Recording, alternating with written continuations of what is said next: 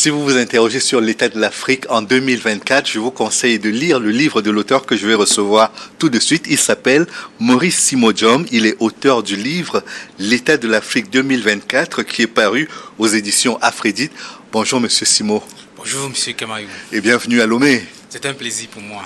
Vous avez produit ce livre, un grand état de l'Afrique, qui revient sur les différentes tendances qu'il y a eu en 2023, que ce soit la naissance du Sahel, que ce soit le bras de fer, que l'on peut constater, que certains ont appelé le sentiment anti-français. Il y a beaucoup de choses qui reviennent, mais de façon générale, vous dites que vous voulez rendre intelligente la compréhension de la réalité africaine. Pourquoi cette posture ? Cette posture se justifie par le constat qui a été effectué en amont, à savoir que la réalité africaine n'est pas interprétée selon les canaux et le prisme africain. Il y a une absence de perspective africaine de l'Afrique et du monde.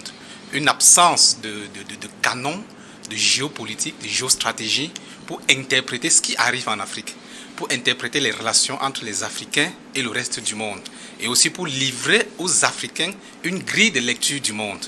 Donc cela est fait au sein des émissions de télé, oui, dans certaines radios, dans certains médias de la presse écrite, dans certaines chaînes, sur certains sites internet, mais cela est éparse et généralement c'est spontané.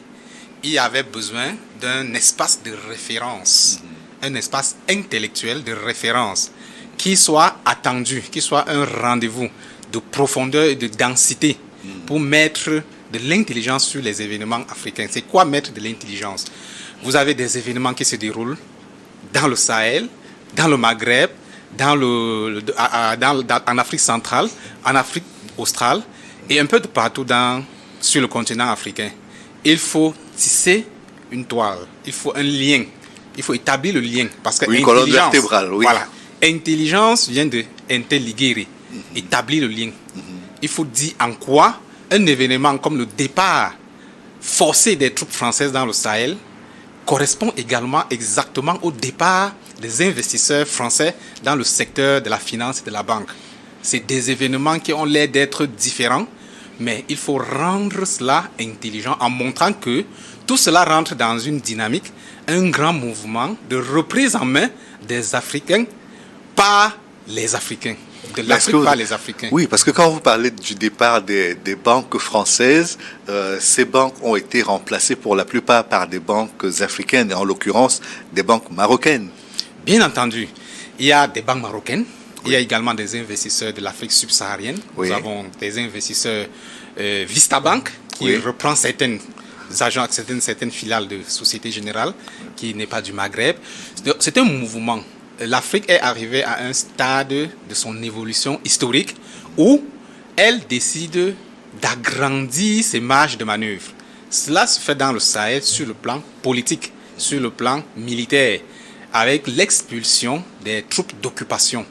Cela se fait également sur le plan économique où on voit très bien qu'il y a 20 ans, 30 ans, vous aviez des investisseurs étrangers, notamment des investisseurs français, qui avaient pignon sur rue en Afrique, qui battaient le haut du pavé, qui menaient un modèle de banque de rente. Aujourd'hui, la concurrence est devenue rude, à ce point que le modèle de banque de rente n'est plus rentable. Plutôt que de se réinventer, parce que se réinventer, c'est accepter la concurrence, se mettre à la hauteur de la concurrence, respecter la concurrence locale, elle préfère se retirer pour ne pas prendre les risques qui accompagnent un investissement pour être à la hauteur de la concurrence.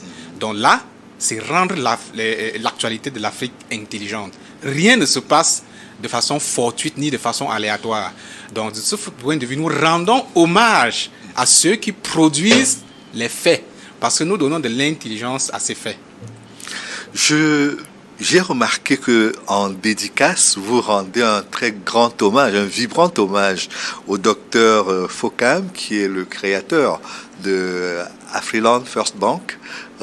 Quel a été son apport dans votre réflexion, dans l'évolution de votre travail, qui a abouti à la production de ce livre, qui est le premier d'ailleurs d'une série, je pense. Bien sûr, l'état de l'Afrique 2024, c'était la revue de l'actualité 2023, de l'année 2023, parue en 2024. Nous avons également l'État de l'Afrique 2025, qui est la revue de l'actualité de l'année 2024, qui paraît en ce mois de juin 2025. Et le travail de 2026 a d'ores et déjà commencé.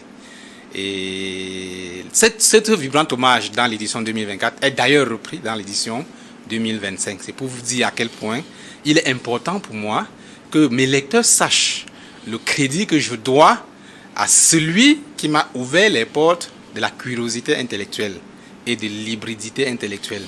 À la base, je suis un diplômé de littérature comparée et générale. Donc à la base, je m'intéresse à la littérature, aux belles lettres. Mais d'avoir rencontré le Dr Paul Fokam en 2010 a dévié ma trajectoire du chemin des humanités plutôt vers le chemin de la géopolitique, de la géoéconomie et un peu de la géostratégie.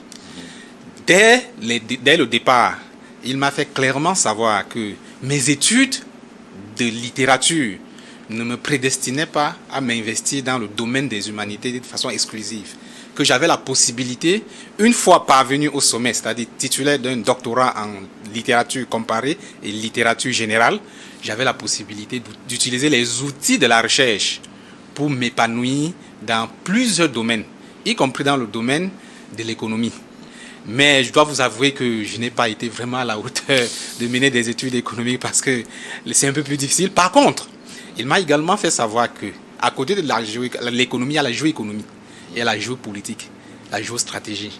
Donc ce sont des concepts qui permettent de lier les rapports entre des ensembles étatiques et para-étatiques sur des échiquiers internationaux.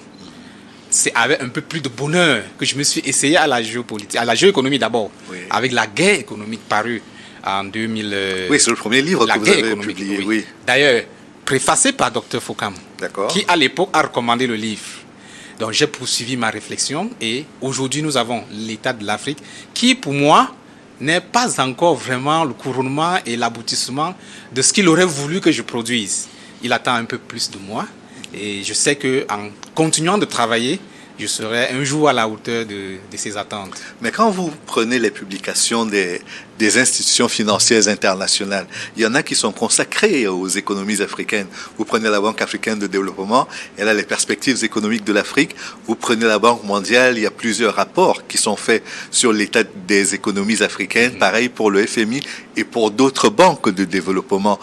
Quelle est la différence entre le travail de ces banques-là et le travail que vous êtes en train de faire en produisant cet état de l'Afrique de façon annuelle et récurrente? Oui, ces rapports, oui, je les lis, je les connais autant que vous. Ce sont des rapports fondés beaucoup plus sur des schémas stéréotypés. Quand vous parlez de l'Afrique au sein des organisations internationales qui ont une matrice eurocentrée, pour ne pas dire, disons, occidentaux-centrés. Oui, disons, ce sont des institutions héritées de la Seconde Guerre mondiale. Voilà. Il s'agit du Fonds monétaire international. Exactement. Ou de la Banque mondiale. Voilà, vous voyez, quand les institutions de Bretton Woods voient le jour, oui, est-ce qu'il y a un pays africain qui est assis autour de la table? Non. Il y a un seul pays africain qui est indépendant, l'Éthiopie et l'Afrique du Sud. Mais ils n'y sont pas. Donc, tout cela s'est cartographié sans l'Afrique. À l'époque, l'Afrique était dans le giron des pays européens, des puissances européennes. Donc la voix de l'Afrique ne peut pas se faire entendre dans ces rapports. Ces rapports, c'est le point de vue de l'Europe sur l'Afrique. Donc l'état de l'Afrique que je lance, c'est la voix de l'Afrique sur l'Afrique et la voix de l'Afrique sur le monde. Il est important, pour la richesse et la diversité intellectuelle du monde entier, il est important que tous ceux qui se retrouvent, je ne sais pas, à Singapour, à Washington, à Paris, à Moscou, qui sachent l'apport intellectuel que l'Afrique apporte à la réflexion mondiale. Et il est également important que les lecteurs africains qui sont à Johannesburg, qui sont à Côte d'Ivoire, qui sont au Mali, qui sont en Angola, qui sachent également que l'Afrique a le devoir de produire une réflexion articulée et cohérente sur son actualité, mais également sur sa perspective passée, son histoire, et de se faire une projection sur son avenir. Donc, il est hors de question que nous soyons toujours comme à l'époque de Bretton Woods, c'est-à-dire des personnes qui sont assises, très polies, très bienveillantes, très patientes, et qui attendent que les puissances étrangères, vainqueurs de la Deuxième Guerre mondiale il y a 70 ans, produisent de l'intelligence sur l'Afrique. Là, c'est une intelligence qui va à l'encontre de nos intérêts. Donc, il est important que nous, en Afrique, notre connaissance, notre économie, soit façonnée par un imaginaire autocentré. Donc, voilà la différence. C'est vraiment la perspective africaine de l'Afrique et du monde. Mais j'ai cru comprendre que vous ne demandez pas l'exclusivité pour les Africains. Mais dans ce que vous dites, j'ai l'impression que la réflexion aujourd'hui qui peut être produite sur l'Afrique ne peut être pertinente que si elle est produite par les Africains eux-mêmes. Est-ce que je me trompe? Non, ce n'est pas du tout le cas. D'ailleurs, vous allez voir dans les années à venir des contributions qui viennent de l'Europe, de l'Amérique, de l'Asie, qui seront publiées dans l'État de l'Afrique. Il est question de maîtriser l'ADN de la production intellectuelle, quitte à ce que d'autres personnes prennent part à la réflexion. Lorsque des Africains publient des articles dans les revues occidentales, ça ne fait pas de ces revues des revues africaines. Non. Oui, ça fait de ces revues des revues occidentales, françaises, etc., qui sont soutenues, entre autres, par des Africains. Donc là, nous voulons un espace intellectuel africain qui est conçu par les Africains selon la projection de l'Afrique dans le monde. Et nous allons constater, vous allez constater, puisque dès 2027, dès 2026 d'ailleurs, le livre devient un ouvrage collectif qui va s'ouvrir à diverses contributions. Vous allez constater que nous aurons des contributions qui viendront de toutes parts. D'ailleurs, l'édition 2025, qui paraît à la fin de ce mois, a été recommandée par un éminent professeur d'une université anglaise. Et nous aurons le temps de découvrir le professeur Tony Schaffer, qui a écrit une recommandation pour dire il était temps que l'Afrique ait un ouvrage de référence pour expliquer ce qui lui arrive aux autres. Ce n'est pas normal. Lui, il dirige un centre de recherche sur l'Afrique de l'Ouest. Et il publie des ouvrages depuis plus de 25 ans sur l'Afrique. Mais il perçoit très bien la nécessité qu'à côté de ce point de vue qui est scientifique, qui est académique, c'est vrai, qu'il y ait également un autre point de vue qui complète, qui soit complémentaire à celui-là et qui soit porté par les Africains de façon native. Vous avez, parmi les choses que vous évoquez, nous avons un peu parlé du Sahel, vous parlez notamment des rivalités entre les États-Unis et la France dans le Sahel. Quelle nature cela prend et qu'est-ce que cela dit aujourd'hui de l'évolution et de la diversification des partenariats au niveau de l'Afrique et des pays du Sahel? Alors, la rivalité entre Washington et Paris a évolué. Oui. Au moment où j'écrivais ce livre, en 2023, Paris avait commis des erreurs dans la lecture de l'actualité et des événements qui sont intervenus dans le Sahel depuis 2, 3, 4 ans, en 2023, avec le premier coup d'État qui est arrivé en 2020. Paris avait pris... Au Mali. Oui. Ensuite au Burkina Faso, oui. Au Niger. Oui. Paris avait pris la chose d'une façon trop émotionnelle. Elle avait pensé qu'il fallait rétablir, notamment après le coup d'État du 26 août, qu'il fallait rétablir Mohamed Bazoum au pouvoir. Et Washington constatait très bien que cette option n'était pas intelligente. Et elle a activé une diplomatie parallèle pour aider les nouveaux dirigeants qu'on appelait les putschistes. Moi, je les appelle les nouveaux dirigeants nigériens, pour travailler avec eux, quitte à ce que leur action soit quelque peu familière. Donc ça, c'était la ligne de Washington. Entre-temps, Paris faisait mouiller le porte-avions Mistral, au large du golfe de Guinée, pour instrumentaliser une intervention de la CEDEAO au Niger. Donc, cette divergence sur le court terme a viré à la défaveur de Paris, qui a perdu parce qu'il n'y a pas eu d'intervention militaire. Et Washington, sur le court terme, a eu l'impression d'avoir gagné. Mais vous verrez, lorsque vous allez lire l'État de l'Afrique 2025, que la chose a évolué. Vous savez, l'actualité évolue, les points de vue évoluent. Les nouveaux dirigeants au pouvoir à Niamey ont très bien utilisé la nouvelle diplomatie africaine pour mettre en difficulté la ligne parisienne, la ligne française. Lorsque la ligne française a été mise en difficulté, surtout après le coup d'État du 30 août 2023 au Gabon, qui a radicalement et définitivement mis en difficulté la ligne de l'intervention française et de la CEDEAO, alors les nouvelles autorités de Niamey ont utilisé cela dans un autre sens pour, une fois de plus, acquérir un peu plus de souveraineté. Dès que la France a été mise hors jeu, les nouvelles autorités de Niamey se sont rapprochées de l'Iran. D'abord, un ministre s'est rendu en Iran, a signé des Memorandum of Understanding. Ensuite, le premier ministre Lamine Zeine s'est rendu en Iran. Et cette pression a poussé Washington à la faute, qui a commis aussi des erreurs en intervenant d'une façon très grossière dans l'actualité et les affaires internes du Niger. Et le Niger a utilisé cela pour prendre encore plus de souveraineté dans la relation avec Washington. Donc, c'est une relation que nous suivons de près et nous sommes là en plein dans la conquête de la souveraineté, dans un contexte multipolaire, où on voit bien des acteurs locaux qui comprennent l'importance qu'il y a à utiliser les leviers de la concurrence entre les puissances pour faire avancer leur agenda de souveraineté. On a beaucoup parlé de l'émergence de l'Alliance des États du Sahel, mais il y a également cette discussion qui se poursuit entre la communauté économique des États de l'Afrique de l'Ouest et l'Alliance des États du Sahel. Est-ce que vous pensez qu'aujourd'hui, un retour, c'est-à-dire une réintégration des pays de l'Alliance des États du Sahel est possible au sein de la CEDEAO? Ce qui s'est passé au sein de la CEDEAO, cette rupture avec 50% du territoire de la CEDEAO qui est sorti de la CEDEAO pour établir l'Alliance des États du Sahel, c'est une révolution au sens historique du terme. Je la compare à la révolution d'Haïti, qui a eu un avant et un après. Avant la révolution haïtienne, vous aviez l'esclavage qui était la règle, le paradigme. Lorsque les afro-descendants d'Haïti prennent leur destin en main et défaitent l'armée française d'abord en 1793 et ensuite en 1802, il y a un après. L'armée française doit partir. Alors, dans le Sahel, après le premier coup d'État, au Mali, la situation est quelque peu maîtrisable. Mais après le deuxième, alors, il y a une contestation de la présence de l'armée française. D'abord au Mali, elle doit partir. Ensuite, en Côte d'Ivoire, elle doit partir. Au Burkina Faso, l'armée doit partir. Au Niger, l'armée doit partir. N'oublions pas la SCA, quelques années plus tôt, l'armée doit partir. Donc, il y a un avant et un après. Il y a une armée d'occupation qui était là. Et après la révolution du Sahel, l'armée d'occupation n'est plus là. Donc là, c'est une révolution. Sur le plan parce interne, que vous pensez que le partenariat entre la France et les pays africains, dans le cadre des accords de coopération militaire, faisait de la France une armée d'occupation?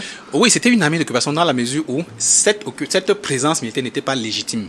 Dans un contexte démocratique, une présence militaire doit être discutée et adoptée au sein de la représentation nationale. Mais ce n'était pas le cas, ni en France, ni dans les pays du Sahel. Donc c'était des contrats léonins établis sur des bases des rapports de force qui datent de 60 ans. Donc c'est le reliquat de la colonisation.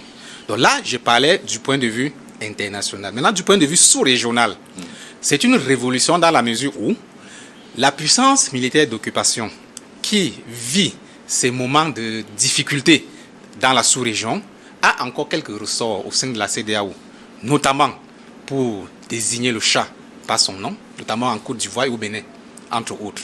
Et partiellement aussi au Nigeria. Oui. Voilà. Donc vous voyez, cette puissance militaire d'occupation a encore des leviers. Donc il serait erroné de la part des puissances, des pays révolutionnaires de la CEDEAO qui ont fait sécession et créé l'AES, il serait erroné de leur part de revenir dans le giron dans la matrice de cette occupation militaire. Ce serait une erreur. Mais l'actualité, comme je vous l'ai dit, elle évolue. Nous sommes là, en tant qu'analystes de géopolitique, de géoéconomie, à observer les signaux faibles et à associer les signaux faibles avec les autres signaux faibles et ensuite à définir les tendances et ensuite le mouvement. Le mouvement qui se dégage, c'est l'élargissement des marges de manœuvre de l'Afrique. Ce qui a commencé dans le Sahel. Le scénario plausible, c'est que cela va continuer. Sauf si nous avons une contre-révolution qui réussit. Parce que depuis que l'Alliance des États du Sahel s'est mise en place, nous avons déjà assisté à des contre-révolutions, mais qui ont été des échecs jusqu'à présent. Mais les contre-révolutionnaires n'ont pas encore dit leur dernier mot. Donc l'avenir de l'Alliance du Sahel, est-ce que l'Alliance du Sahel va revenir au sein de la CEDEAO ou pas? Cela dépend de l'équilibre de force entre ceux qui ont fait la révolution et ceux qui actuellement n'ont pas encore digéré que la révolution a été faite et qui sont en train d'initier des projets de contre-révolution. Quand on prend les raisons pour lesquelles les pays du Sahel se sont soulevés, il y a bien sûr ce que vous appelez les armées d'occupation, l'armée française notamment, mais il y a également la monnaie. Il y a le franc CFA qui est un des derniers bastions de ce qu'on a qualifié de la France-Afrique, le système intégré d'exploitation que la France avait sur le continent africain, ou a toujours sur le continent africain. Beaucoup ont cru que tourner la page sur le plan militaire allait entraîner que la page soit tournée également sur le plan monétaire, avec la naissance de l'éco ou avec la naissance d'une autre monnaie qui permettrait de faire oublier le franc CFA. Pourquoi, selon vous, le franc CFA continue de perdurer et que le débat qui a eu lieu à un certain moment, aujourd'hui, a l'air d'avoir été oublié?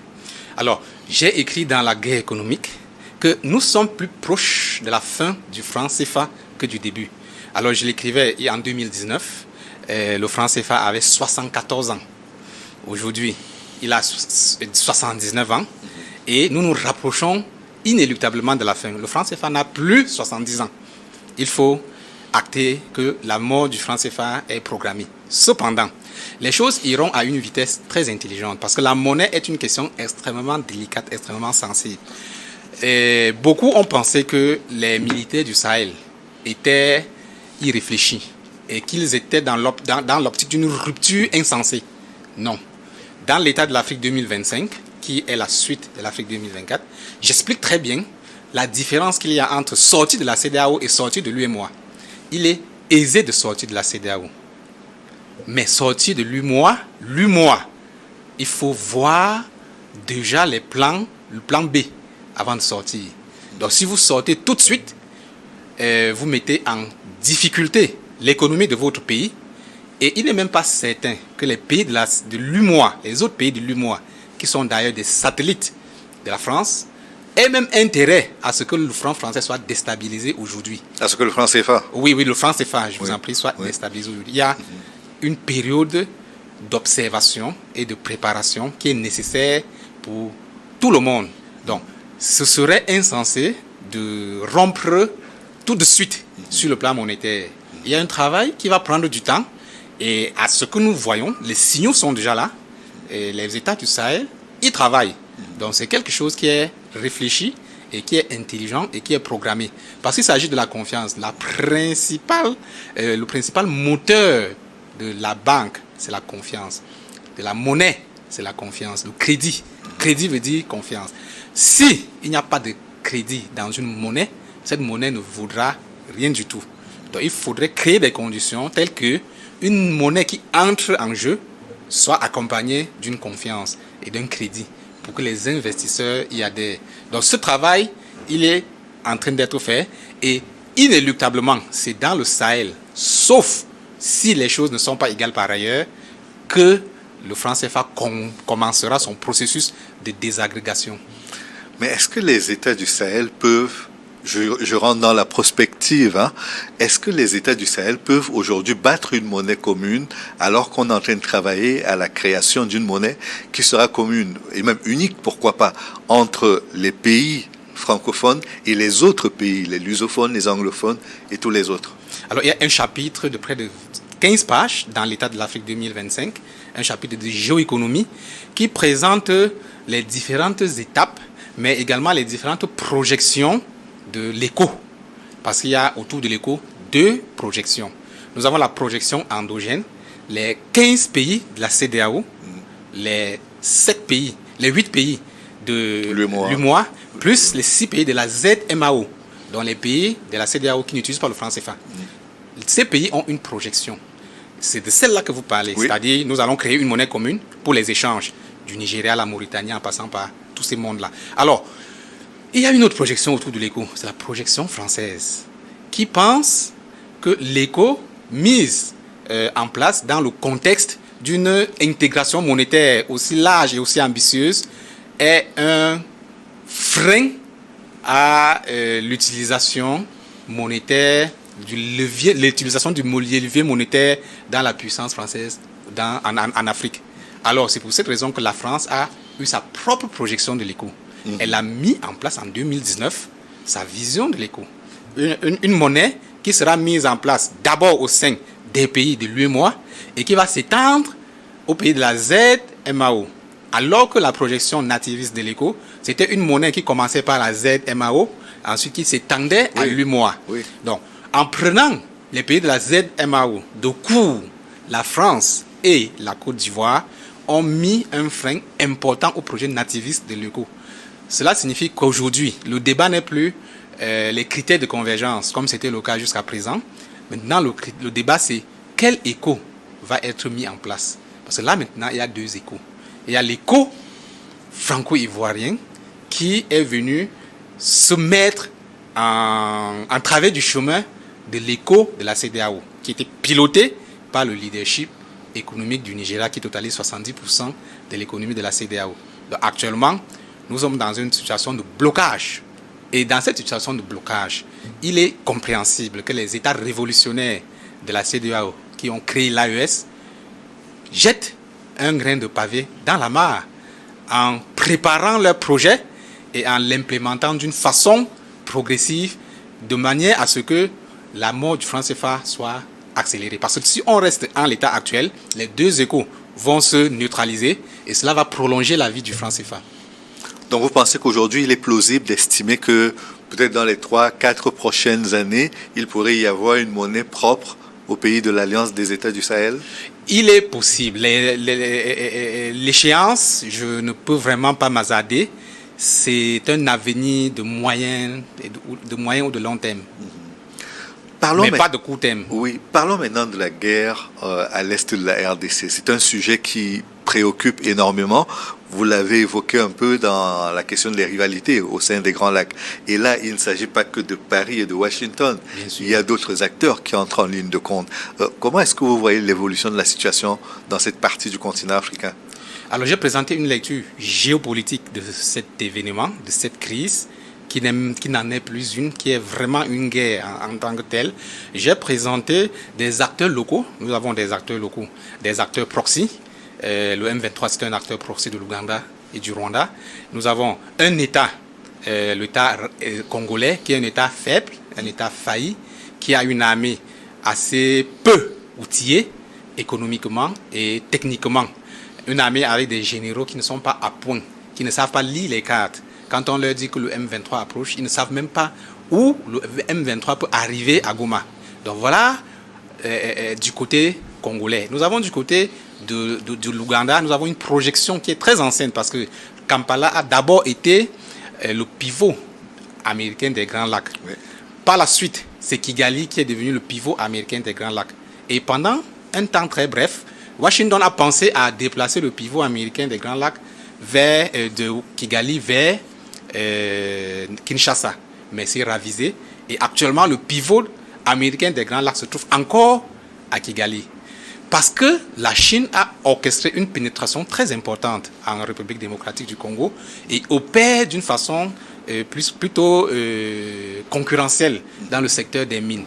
Maintenant, moi j'ai préconisé que la solution, pour que la situation trouve une résolution radicale, l'une des solutions pourrait être d'inviter d'autres acteurs dans le conflit, des acteurs plus radicaux comme la Corée du Nord ou la Russie, qui viendraient provoquer une guerre de haute intensité, de manière à ce qu'au bout de la guerre de haute intensité, certaines décisions soient prises, parce que la guerre finit autour d'une table, et quand c'est une guerre de haute intensité, elle s'arrête vraiment. Mais quand c'est des guerres lavées, des guerres... Un peu comme en Ukraine? Oui. Oui, ça va durer des siècles et des siècles. Ça ne va pas s'arrêter. Mais en Ukraine, ça va s'arrêter, puisque tout le monde va se lasser des destructions de haute intensité. À un moment donné, tout le monde voudra que cela s'arrête. Mais dans l'état actuel, une guerre lavée qui se prolonge, qui s'enlise, avec des combats qui succèdent à des moments de fausse accalmie, nous en avons pour longtemps.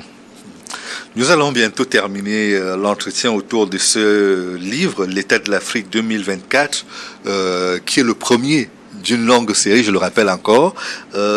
À quel moment est-ce que vous allez publier l'édition 2025 qui sera consacrée à l'année 2024? Et comment est-ce qu'on pourra se procurer ce livre-là? Nous sommes en fin juin 2025. L'état de l'Afrique 2025 est prêt depuis 2 mois. Il a déjà été imprimé et il sera bientôt disponible sur Amazon et dans les librairies un peu de partout en Afrique de l'Ouest, puisqu'il arrive en Afrique de l'Ouest et aussi en Afrique centrale. L'état de l'Afrique 2024 est déjà dans les librairies et il est également présent sur Amazon déjà. Et pour l'état de l'Afrique 2026, il s'agira d'une œuvre collective. Ce n'est plus moi qui serai le seul. Oui. Je serai un coordinateur parmi tant d'autres coordinateurs. Ce sera un ouvrage qui va bénéficier de la contribution de plusieurs Africains de tous les horizons en Afrique et dans les diasporas. Mais aussi, comme je vous l'ai dit, de plusieurs personnes qui aimeraient voir le point de vue africain germer et enrichir le débat intellectuel mondial. Parce qu'il est temps que l'Afrique ne soit plus considérée comme une annexe dans les manuels majeurs de géopolitique. Parce que c'est ce qui arrivait jusqu'à présent. Vous ouvrez un manuel de géopolitique majeur comme l'état du monde, ou bien comme le bilan du monde, ou comme l'année stratégique. Lorsque vous l'ouvrez, ou encore Thierry, il y a un autre manuel, le nom m'échappe, mais lorsque vous ouvrez, l'Afrique, c'est l'annexe. 2 ou 3 chapitres en fin de livre. Ça, c'est ce qui est arrivé jusqu'ici. Il est temps que nous ayons des manuels africains avec le monde en annexe, comme c'est le cas ici. 2 chapitres à la fin du livre. Vous avez abordé notamment la question de la finance climatique. Vous avez abordé la question de la guerre entre l'Ukraine et la Russie. Vous avez abordé plusieurs autres sujets que nous ne pourrons malheureusement pas aborder ici en clôture de l'entretien. Mais j'espère que nous aurons une autre occasion de vous recevoir pour parler notamment de cette édition 2025 qui est sur le point de sortir. Ce fut un plaisir pour moi de vous accueillir. Je dis merci à New World TV et à ces millions de téléspectateurs. Merci beaucoup. Et merci à vous de nous avoir regardé jusqu'au terme de cette émission. Restez en compagnie des programmes de New World Economy.